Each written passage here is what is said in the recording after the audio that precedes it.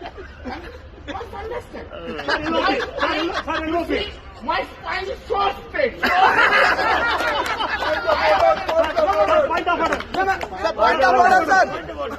देश का हर नागरिक आज इन ठहाकों के पीछे के दर्द, चिंताओं और खतरों का हिसाब लगा रहा है और इसीलिए आज बिना किसी भूमिका के बात शुरू कर रहा हूं, क्योंकि जब लोकतंत्र की संवैधानिक संस्थाओं, व्यक्तियों और कुर्सियों की भूमिकाएं ही संदेह के घेरे में आ जाएं, तो क्या होगा नमस्कार, आदाब, सत श्री अकाल, जय भीम, जोहार बोल के?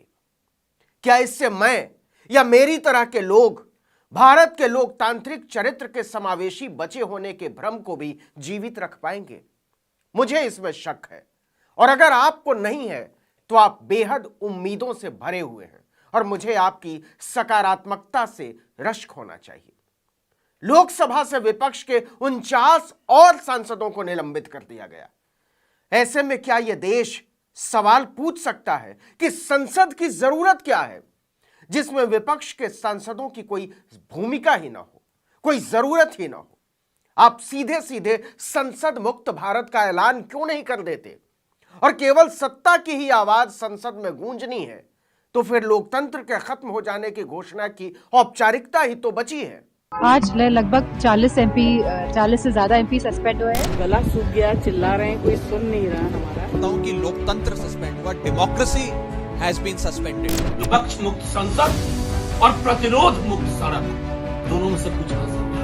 That is why it is nothing but an anarchy inside the parliament. जिस मिमिक्री से वीडियो की शुरुआत हुई थी वो उसी संसद के दरवाजे से आया है जिसके अंदर से विपक्ष के 141 सांसदों को निकालकर बाहर किया जा चुका है, क्योंकि सत्ता को मंजूर नहीं कि प्रधानमंत्री नरेंद्र मोदी की प्रचारित महानता पर कोई सवाल उठाए, कोई दाग लगाए।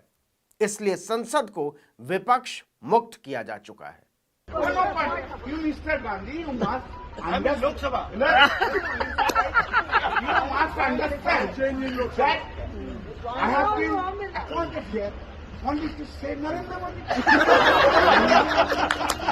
ये कल्याण बनर्जी हैं, तृणमूल कांग्रेस के सांसद। लोकसभा से निकाले गए 95 सांसदों में इनका भी नाम है। वीडियो से समझ गए होंगे कि संसद के गेट पर कल्याण बनर्जी जिस आदमी की नकल उतार रहे हैं उनका नाम है जगदीप धनखड़, राज्यसभा के सभापति और देश के उपराष्ट्रपति। भाजपा को इस वीडियो पर बहुत मिर्ची लगी है। वो नैतिकता और लोकतांत्रिक आचरण की दुहाई दे रही है। नरेंद्र मोदी को देश का बाप बताने वाले पार्टी के सबसे वाचाल प्रवक्ता संबित पात्रा ने ऐसा भावुक ट्वीट किया है कि मिमिक्री से ज्यादा हंसी उनके ट्वीट से आ जाएगी। लिखा है कि देश याद रखेगा, जब देश के उपराष्ट्रपति और संवैधानिक संस्था का माखौल बनाया जा रहा था तो शहजादा खड़ा होकर वीडियो बना रहा था। शहजादा मतलब राहुल गांधी। क्या वाकई संबित पात्रा को इस वीडियो से बुरा लगा होगा, या फिर वो वही धर्म निभा रहे हैं जिस धर्म को निभाने के आरोप में जगदीप धनखड़ को मजाक का पात्र बना दिया गया, और वही आरोप लोकसभा के स्पीकर ओम बिरला पर है? और अगर ऐसा नहीं है तो क्या प्रधानमंत्री, देश के मंत्रीगण, राज्यसभा के सभापति, लोकसभा के अध्यक्ष और भाजपा के प्रवक्ता दिल पर हाथ रखकर बोलेंगे कि वाकई एक साथ देश के 141 सांसदों का निलंबन किसी भी देश के लोकतंत्र के लिए स्वस्थ घटना है? इसका जवाब वो चाहे जो दे, लेकिन सच क्या है यह किसी से छिपा नहीं है। सच ये है कि जिस सदन के भीतर घटने वाली घटनाओं ने अनुशासन के नाम पर लोकतंत्र की परंपराओं को ही मजाक में तब्दील कर दिया है, वो खुद मजाक में तब्दील होने से कब तक बचे रहेंगे? My spine is very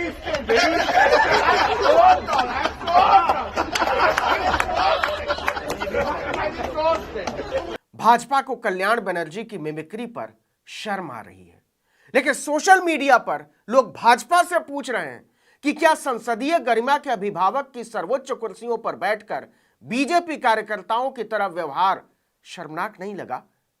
संसद पर हमला शर्मनाक नहीं लगा? हमलावरों को भाजपा सांसद के हस्ताक्षर वाला पास देना शर्मनाक नहीं लगा? गृह मंत्री का संसद में ना आना शर्मनाक नहीं लगा? 141 सांसदों को निलंबित कर देना शर्मनाक नहीं लगा? जिन्हें इनमें से कुछ भी शर्मनाक नहीं लगा, उन्हें व्यक्ति विशेष की मिमिक्री करना और उसका वीडियो बनाना शर्मनाक लग रहा है।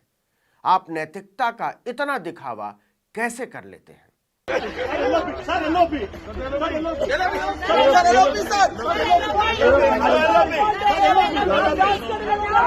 सवाल है कि जिस देश के संसद में 141 सांसद कार्यवाही में हिस्सा ही नहीं ले सके, वो कैसी संसद है? किसकी प्रतिनिधि है? क्या यह जनता के सवालों को खत्म कर देना नहीं है? आप हैरान रह जाएंगे यह जानकर कि 19 दिसंबर को लोकसभा की प्रश्न सूची से 27 सवाल भी हटा दिए गए। ये सारे सवाल निलंबित सांसदों की तरफ से पूछे गए थे। 18 दिसंबर को लोकसभा के 33 और राज्यसभा के 45 यानी कुल 78 सांसदों को सत्र के बचे हुए पूरे समय के लिए निलंबित कर दिया गया था और इसके अगले दिन लोकसभा के 49 सांसदों को। आजादी के बाद पहली बार एक ही दिन में इतने सांसद निलंबित किए गए। निलंबन के बाद लोकसभा में विपक्ष के केवल 102 और राज्यसभा में विपक्ष के केवल 94 सांसद बचे। विपक्ष का लगभग हर दूसरा सांसद इस समय सस्पेंड है। अब आप ही बताइए कि यह ज्यादा शर्मनाक है या किसी व्यक्ति विशेष की नकल उतारना?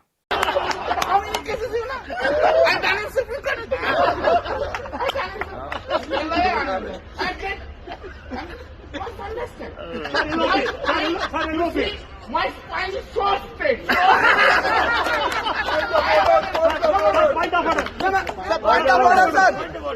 इस मिमिक्री से राज्यसभा सभापति जगदीप धनखड़ अपने ही लपेटे में आ गए।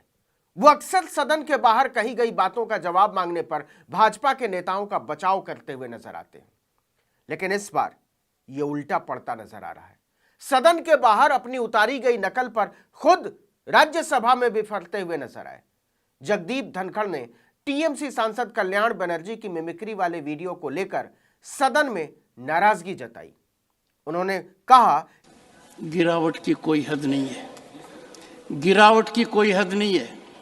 आपके एक बड़े नेता एक सांसद के असंसदीय व्यवहार को वीडियो कर रहे थे। आपसे भी बहुत बड़े नेता हैं वो। मैं तो यही कह सकता हूं, सद्बुद्धि आए। कुछ तो सीमा होती होगी,